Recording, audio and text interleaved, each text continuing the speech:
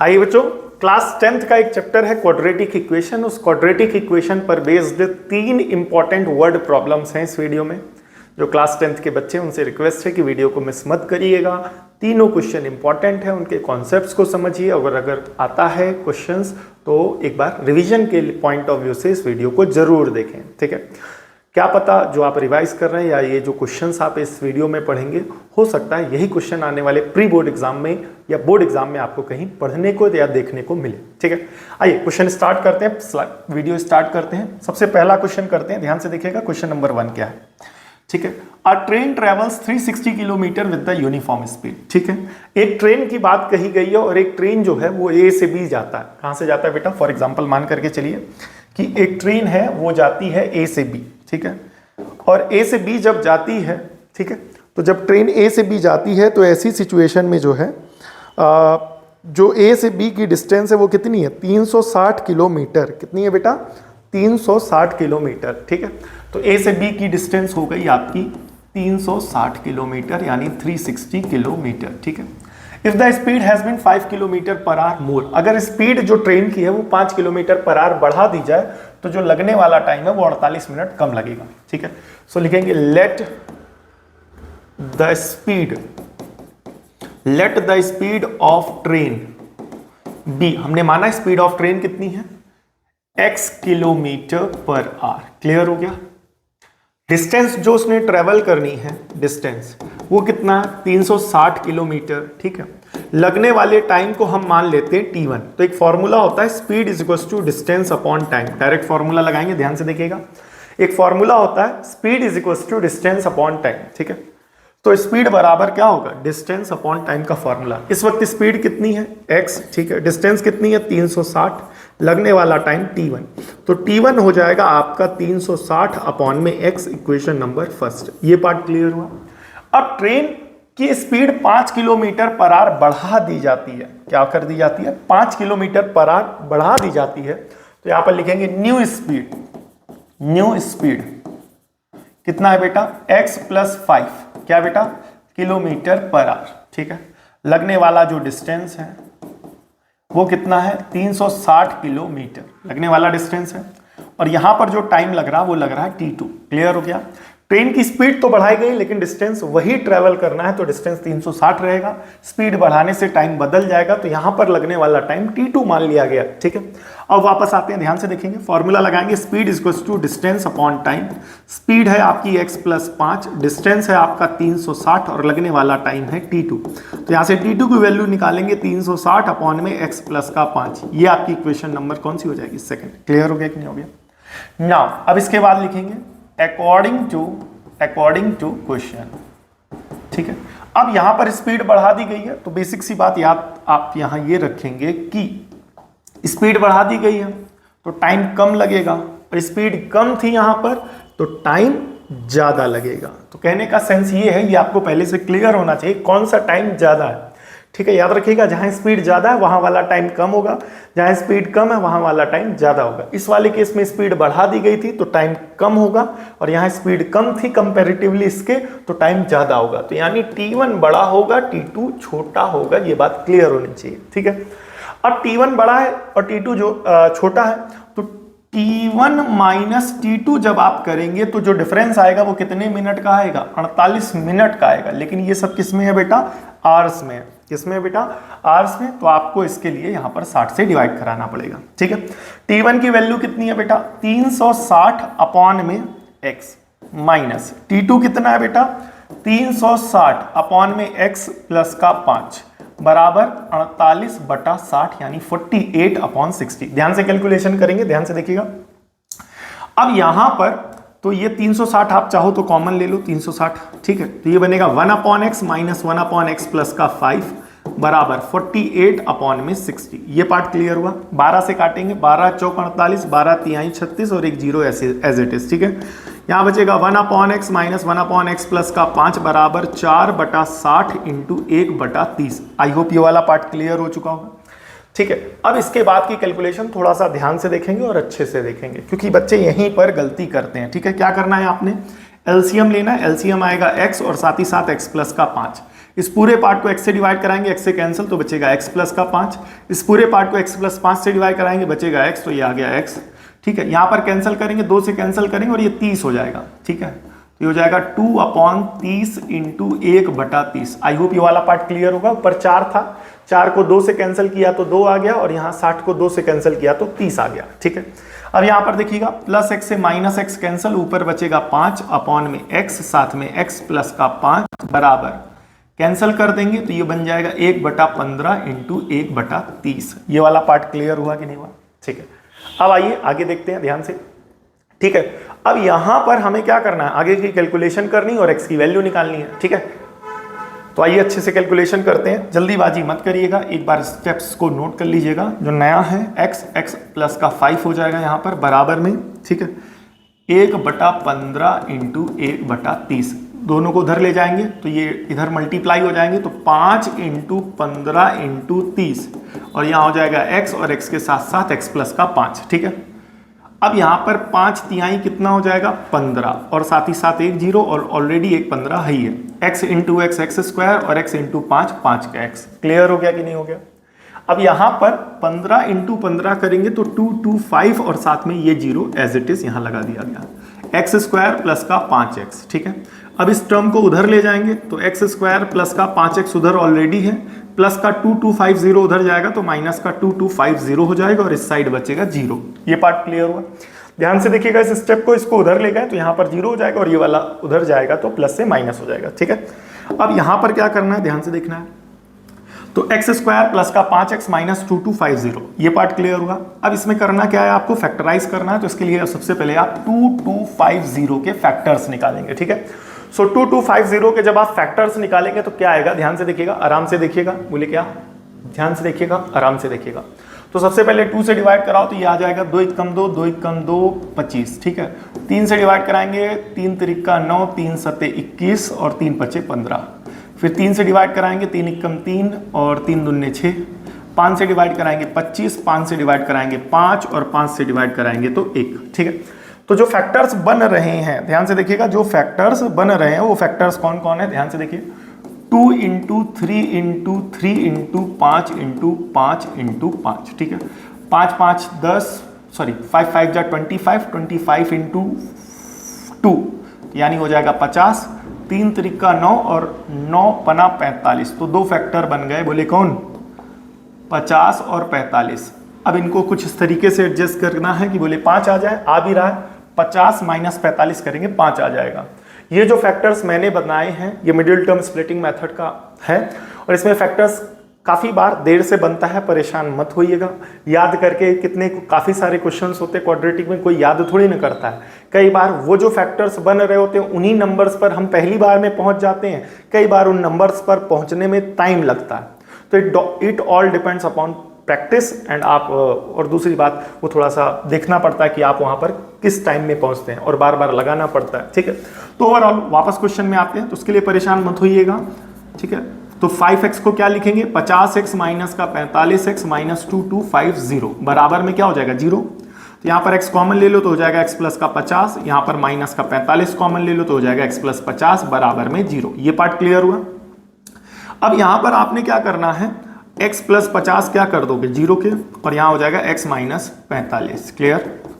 अब इस वाले पार्ट को 0 के बराबर करोगे तो x प्लस का 50 बराबर 0, और इस वाले पार्ट x माइनस 45 को 0 के बराबर करोगे तो माइनस का 45 उधर चला गया, प्लस का 45, प्लस का 50 उधर चला गया तो माइनस का 50। इस वाले पार्ट को ध्यान से देखिएगा बेटा, इस वाले पार्ट को निगलेक्ट कर दिया जाएगा। x की ये जो 50 वैल्यू आई है, माइनस वैल्यू आई है, इस वैल्यू को क्या कर देंगे, निगलेक्ट कर देंगे। x की ये जो वैल्यू आई है माइनस का 50, इस वैल्यू को निगलेक्ट कर दिया जाएगा, बिकॉज ये वैल्यू निगेटिव है, और निगेटिव स्पीड ऑफ ट्रेन कभी भी पॉसिबल नहीं है। तो ऐसी सिचुएशन में x की ये जो वैल्यू आई है 45, ठीक है, ये स्पीड ऑफ ट्रेन होगी इनिशियल स्टेट में। ठीक है, तो यहां से क्या लिखेंगे बेटा, thus the speed of train is 45 kilometre per hour. Clear हो गया? स्पीड ऑफ ट्रेन पूछी गई थी। ठीक है, आइए आंसर भी मैच करते हुए चलते हैं, ध्यान से देखेंगे आंसर को। ठीक है, तो यहां पर आप देख रहे होंगे 45 किलोमीटर पर आवर की स्पीड आ रही है। तो हमारा भी आंसर कितना आ रहा है 45 किलोमीटर पर आवर, जो कि ये रहा। ठीक है, नेक्स्ट क्वेश्चन को कवर करते हैं, ध्यान से देखेंगे, 1 मिनट दीजिएगा। ठीक है, आप लोग वीडियो को थोड़ा सा फास्ट फॉरवर्ड कर लीजिएगा, थोड़ा सा पानी पी लें, है ना। Drink water, always drink water, पानी पीते रहना चाहिए। ठीक है, अपने आप को रिफ्रेश करते रहना चाहिए, भले मौसम ठंडी का हो या गर्मी का।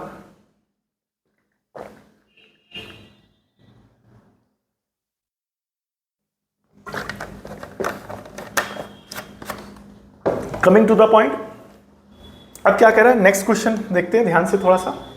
क्या कह रहा है, the sum of ages of man and son, एक आदमी और उसका बेटा है। ठीक है, आजकल तो लड़के ही लड़के बेटे हो जाते हैं, कितने पापा बोलो, आजकल ट्रेंड चला है। ठीक है, चलिए वापस क्वेश्चन पे आते हैं। कह रहा the sum of ages of man और सन की एज का जो सम है वो कितना है बेटा। मैन है और सन है, उसकी एज का जो सम है वो कितना है 45। तो यहां पर सन की एज कितनी मान लो x ईयर्स। ठीक है, ये पार्ट क्लियर हुआ। तो मैन की एज प्लस सन की एज का सम कितना है 45। सन की एज आपने कितनी मानी है x, मैन की अभी मानी नहीं है, बराबर 45। तो मैन की क्या करते हैं 45 माइनस का x, ये आपकी इक्वेशन नंबर 2 और ये आपकी इक्वेशन नंबर 1।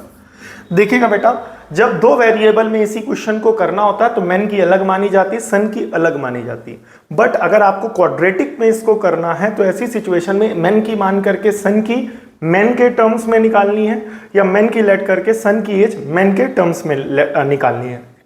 कहने का मतलब ये, अगर सन लेट करोगे, सन को x माना, तो मैन की एज जो होगी वो x के टर्म्स में निकाल लो, और अगर मैन की एज x मान ली तो सन की एज x के टर्म्स में निकाल लो। तो ये जो सॉल्व करने का तरीका बनेगा ये क्वाड्रेटिक का बनेगा।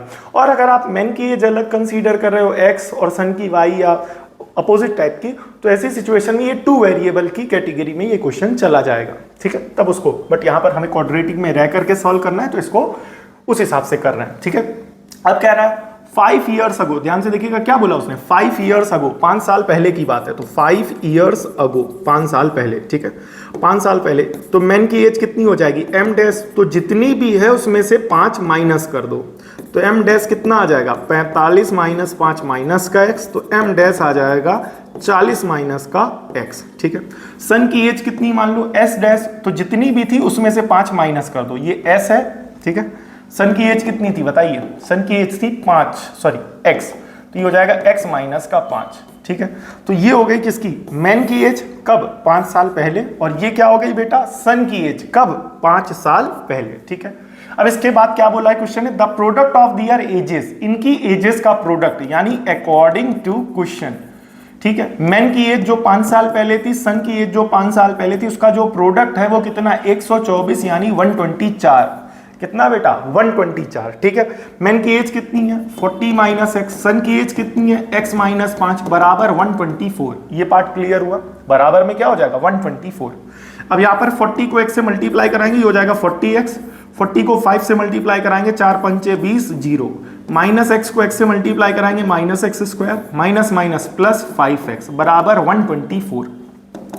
बराबर कितना हो जाएगा 124, बराबर में कितना हो जाएगा, बराबर में हो जाएगा 124। ये पार्ट क्लियर हुआ कि नहीं हुआ। यहाँ पर 40 इंटू एक्स 40x, 40 इंटू 5, 4 पंचे 20, एक 0 और बढ़ा दिया, और फिर minus x square, minus minus plus, plus का क्या 5x बराबर 124। ठीक है, अब यहाँ पर आएगा माइनस का x स्क्वायर। ठीक है, 4x प्लस का 5x, तो ये क्या हो जाएगा 45x माइनस का 200 प्लस का 124 इधर आएगा, तो माइनस का 124 बराबर 0। ठीक है, अभी हो जाएगा माइनस का x स्क्वायर प्लस का 45x minus, minus minus plus sign minus का, तो ये हो जाएगा 324 बराबर 0। माइनस कॉमन ले लेंगे बिकॉज x स्क्वायर वाला टर्म निगेटिव है, तो या ये कह ले कि माइनस कॉमन लेंगे, और या तो ये कह ले कि पूरे एक्सप्रेशन में माइनस का मल्टीप्लाई करा देंगे। तो जब आप पूरे एक्सप्रेशन में मल्टीप्लाई करा देंगे, x स्क्वायर माइनस का 45x प्लस का 324 बराबर में 0, तो ये बन गई हमारी क्वाड्रेटिक इक्वेशन। क्या हो गई बेटा क्वाड्रेटिक इक्वेशन। ये पार्ट क्लियर हुआ कि नहीं हुआ। अब यहां पर आने वाला जो कांस्टेंट टर्म है वो 324 है। इसके फैक्टर्स निकाले जाएंगे, 2 से डिवाइड कराएंगे 6 12, 2 से डिवाइड कराएंगे 81, 3 से डिवाइड कराएंगे 27, 3 से डिवाइड कराएंगे 9, 3 से डिवाइड कराएंगे 3, 3 से डिवाइड कराएंगे 1। अब इन फैक्टर्स को कुछ इस तरीके से अरेंज करना है कि इनका सम कितना है माइनस का 45। कितना आ जाए बेटा माइनस का 45। तो आइए अरेंज करने की कोशिश करते हैं। 3 त्रिक 9 त्रिक 27, ठीक है 27 ये हो गया। 3 दुनाई 6 दूनी 12, 27 और 12 देखते हैं नहीं बन रहा है। फिर अब जब नहीं बना तो दूसरे फैक्टर्स बनाने की कोशिश करिए, ठीक है। दूसरे फैक्टर्स क्या होंगे बताइए? 3 2 जा 6 2 जा 12, ठीक है। 3 त्रिक 9, 9 त्रिक 27, 27 और 12 नहीं बना भाई। 3 दुनाई 6 कर लो, ठीक है। 3 त्रिक 9 दुनी 18 दुनाई 36, 36 और 6, 6 6 12, 45 के आसपास बन रहा है, ठीक है। नहीं बना फैक्टर, और फैक्टर्स बनाने की कोशिश करिए, ठीक है। ठीक है 3 त्रिक 9 और 9 चौक 36 और 3 त्रिक 9, ये आ गया 36 और 9 बन रहा है फैक्टर। क्या बन रहा है? 36 और 9। तो यहां पर क्या होगा ध्यान से देखिएगा बेटा, एक्स स्क्वायर माइनस का 45x को क्या लिखेंगे? माइनस का 9x माइनस का 36x और ये हो जाएगा प्लस का 324 बराबर में क्या हो जाएगा? 0 इज इक्वल टू में क्या चलेगा? 0। यहाँ पर बेटा फैक्टर्स को लेकर के परेशान नहीं होना है, आराम से उसको सॉल्व करना है। कई बार जल्दी बन जाता है, कई बार देर से बनता है, ठीक है। और ना बने तो एकदम बना करके ही नहीं रहना, तब आप क्वाड्रेटिक फार्मूला लगा लीजिएगा, क्योंकि कई बार होता है क्वाड्रेटिक अगर बन रही है तो जरूरी नहीं वो फैक्टराइज होकर ही सॉल्व हो। 99% तो वो फैक्टराइज होकर के ही सॉल्व होती है, बट अगर एक आध बार आ जाए तो आप क्वाड्रेटिक फार्मूला लगा देना अगर ना आए तो। यहाँ पर x कॉमन ले लिया तो x माइनस 9, माइनस का 36 कॉमन ले लिया तो x माइनस का 9 बराबर में 0। x माइनस 9 ये हो गया और x माइनस 36 ये हो गया बराबर में 0। तो इसको 0 के बराबर करेंगे तो x की वैल्यू आ जाएगी 9 और इसको 0 के बराबर करेंगे तो x की वैल्यू आ जाएगी 36। x की वैल्यू कितनी आ जाएगी? 36। अब यहाँ पर ध्यान से देखना है आपको कि आगे कैसे सॉल्व करना है। बच्चे जनरली x की वैल्यू निकाल करके वहीं पर सोचते हैं काम निपट गया, बट निपटाना नहीं है, प्रॉपर पूरा आंसर करना है, जस्टिफाई करना है, चीज़ों को समझा के लिख के आना है, ठीक है। बोले क्या? सन की एज कितनी है? सन की एज कितनी मानी गई थी? x और x कितना आ गया? 9। फादर की एज कितनी थी प्रेजेंट टाइम में? याद करिए 45 माइनस एक्स, 45 माइनस एक्स, तो 45 माइनस का 9 आ जाएगा 36, ठीक है। सन की एज कितनी मानी थी? x और इस हिसाब से आ रही है सन 36। फादर की एज कितनी है? 45 माइनस एक्स यानी 45 माइनस का 36, तो ये क्या हो जाएगा? 9। क्लियर हो गया कि नहीं हो गया? तो यहाँ पर इस वाले केस को निगलेक्ट कर दिया जाएगा, विथ सफिशिएंट थ्योरी लिख करके निगलेक्ट कर दीजिएगा कि बेटा यानी सन 36 साल का हो और फादर 9 साल का हो, ये प्रैक्टिकली पॉसिबल नहीं है, तो इस वजह से इस पूरे पार्ट को निगलेक्ट कर दिया गया। तो केवल निगलेक्ट शब्द लिख करके मत आइएगा, निगलेक्ट होने का रीजन भी लिख करके आइएगा, ये एक अच्छा आंसर माना जाएगा, ठीक है। और यहाँ पर सन की एज हो जाएगी 9 साल और फादर की एज हो जाएगी 36 साल। आइए आंसर मैच भी करते हैं। यहाँ पर आप देख रहे होंगे मैन की एज कितनी है? 36 साल और सन की एज है 9 साल। आ गया है, आंसर भी मैच हो रहा है, ठीक है। आइए लास्ट क्वेश्चन कवर करते हैं, ध्यान से देखिएगा इस क्वेश्चन को। बोले क्या है क्वेश्चन? ध्यान से देखेंगे इस क्वेश्चन को। क्या कह रहा है? The area of a right angle triangle is 600 centimetre square, ठीक है भाई। एक राइट एंगल ट्राइंगल है और इसका जो एरिया है वो कितना है? 600 सेंटीमीटर स्क्वायर। इस टाइप के जो भी क्वेश्चंस आए उसका फिगर साइड में जरूर बनाए, अच्छा इंप्रेशन जाता है, ठीक है। ये हो गया ए, ये हो गया बी और ये हो गया सी। क्या कह रहा है? If the base of triangle exceeds the altitude by 10। याद रखना बेटा, एक्सीड शब्द का मतलब होता है माइनस होना। क्या होता है? माइनस होना। तो बेस बोला उसने तो लिख दो भाई बेस, बेस बोला तो बेस लिख दो। एक्सीड्स का मतलब माइनस, एल्टीट्यूड बोल दो चाहे परपेंडिकुलर, ये हो जाएगा, ये बेटा बेस है। क्या है बेटा? बेस। और ये इसकी हाइट है या एल्टीट्यूड है या परपेंडिकुलर है, ठीक है। ट्राइंगल की हाइट, एल्टीट्यूड, परपेंडिकुलर बात एक ही होती है, बट यहाँ राइट एंगल ट्राइंगल है तो इसीलिए एल्टीट्यूड बोलो, एल्टीट्यूड की जगह हम परपेंडिकुलर शब्द इस्तेमाल कर रहे हैं, ठीक है। उसके लिए परेशान मत होइएगा, तीनों एक ही चीज होती हैं, ठीक है। क्यों परपेंडिकुलर इस्तेमाल कर रहे हैं उसका भी हो सकता है कि पाइथागोरस थ्योरम लग जाए, इस वजह से। नहीं लगेगी तो अच्छी बात है, ठीक है। वैसे एरिया दिया गया तो होपफुली नहीं लगनी चाहिए, ठीक है। वापस आते हैं परपेंडिकुलर, ठीक है। एक्सीड्स का सॉरी बेस, वापस आते हैं क्वेश्चन पे। बेस, एक्सीड्स का मतलब माइनस, एल्टीट्यूड, एल्टीट्यूड का मतलब परपेंडिकुलर या हाइट मान लो, ठीक है। हाइट मान लो, बात एक ही है, ठीक है। बाय 10 तो बराबर क्या आ जाएगा? 10। ये पार्ट क्लियर हुआ। तो यहां पर आपको क्या करना, परपेंडिकुलर को आपको x लिखना है। पूरी थ्योरी लिख दीजिएगा कि let the perpendicular of the right angle triangle is x, ठीक है। ये पार्ट लिख लीजिएगा। ठीक है। तो अब यहां पर ये आपकी क्वेश्चन नंबर सेकंड हो गई, ये आपने लेट किया, पूरी थ्योरी के साथ लिखेगा, ठीक है। तो लिखेंगे बाय फर्स्ट एंड सेकंड, ठीक है। बोले क्या, बेस माइनस एक्स बराबर 10, क्योंकि परपेंडिकुलर की जगह एक्स आ गया, तो बेस माइनस का एक्स उधर चला गया, तो ये हो जाएगा 10 प्लस का एक्स, और ये आपकी क्वेश्चन नंबर कौन सी हो गई, थर्ड। ये आपकी क्वेश्चन नंबर कौन सी हो गई, थर्ड। तो यहां पर आ गया परपेंडिकुलर और बेस। अब हमें एरिया दिया गया, एरिया कितना दिया गया, 600। तो अब हम यहां पर बेटा एरिया का फॉर्मूला लगाएंगे। एरिया का फॉर्मूला होता है हाफ बेस इंटू हाइट बराबर 600। आप हाइट की जगह परपेंडिकुलर शब्द भी लिख सकते हैं और एल्टीट्यूड शब्द भी लिख सकते हैं, ठीक है।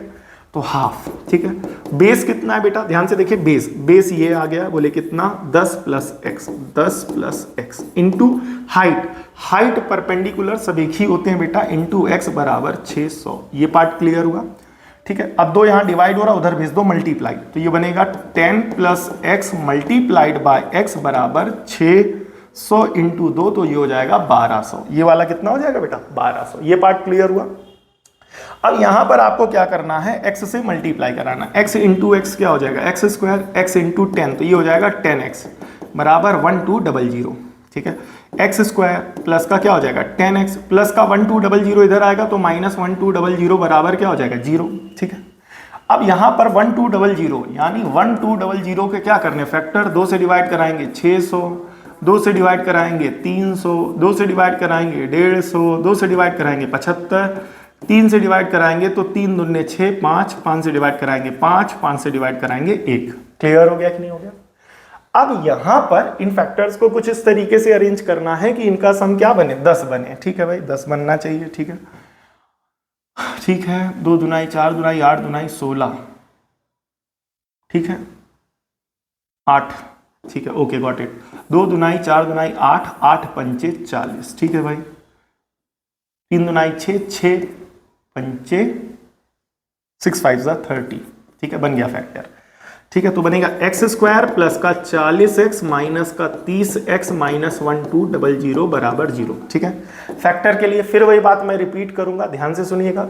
कई बार एक ही स्टेप में फैक्टर्स बन जाते हैं, कई बार एक स्टेप में फैक्टर्स नहीं बनते, तो उसके लिए बार बार हमें ट्राई करना होता है। अगर उसके बाद भी ना पढ़ें तो ज़्यादा परेशान होने की जरूरत नहीं, फिर ऐसी सिचुएशन में आप डायरेक्ट क्वाड्रेटिक फॉर्मूला लगा लीजिएगा और आपका फाइनल आंसर आ जाएगा, ठीक है। वापस आते क्वेश्चन की ओर, ठीक है। और यहां पर अब क्या कॉमन लेंगे, x, तो बचेगा x प्लस का 40 माइनस का 30 कॉमन लेंगे, तो ये बचेगा x प्लस का 40 बराबर में 0। तो अब दोनों में क्या कॉमन है, x प्लस का 40, यहां पर क्या बचेगा, x माइनस का 30 बराबर 0। तो एक बार इसको 0 के बराबर करेंगे तो x की वैल्यू माइनस का 40, एक बार इसको 0 के बराबर करेंगे तो x की वैल्यू आ जाएगी 30। तो इस वाले पार्ट को निगलेक्ट कर देंगे, क्या कर देंगे, निगलेक्ट, क्योंकि लेंथ कभी भी किसी भी फिगर की निगेटिव नहीं होगी, चाहे वो स्क्वायर हो, चाहे वो रेक्टेंगल हो, चाहे वो कुछ भी हो इधर, ठीक है।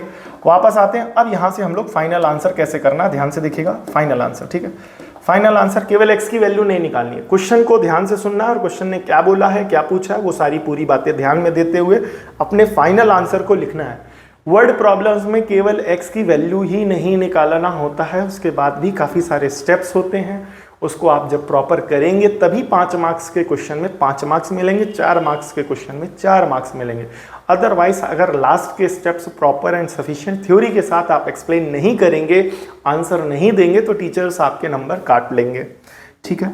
तो उसने क्या बोला, find the dimensions of the triangle, ठीक है। तो डायमेंशंस का मतलब क्या हो गया, सारी डायमेंशन। तो सबसे पहले बेस निकालो, बेस कितना है बेटा, बेस है आपका x प्लस 10, तो x कितना है बेटा 30, तो 30 प्लस का 10 यानी 40 सेंटीमीटर, ठीक है। सेंटीमीटर क्यों, क्योंकि एरिया सेंटीमीटर में था। वापस आते हैं, अब बात करेंगे दूसरी डायमेंशन की। दूसरी डायमेंशन है, बेस हो गया ना, अब दूसरी डायमेंशन है परपेंडिकुलर। परपेंडिकुलर कितना है बेटा x, और x कितना है, x की वैल्यू कितनी आई है, x की वैल्यू देखिए 30 आई है, ये हो जाएगा 30 सेंटीमीटर।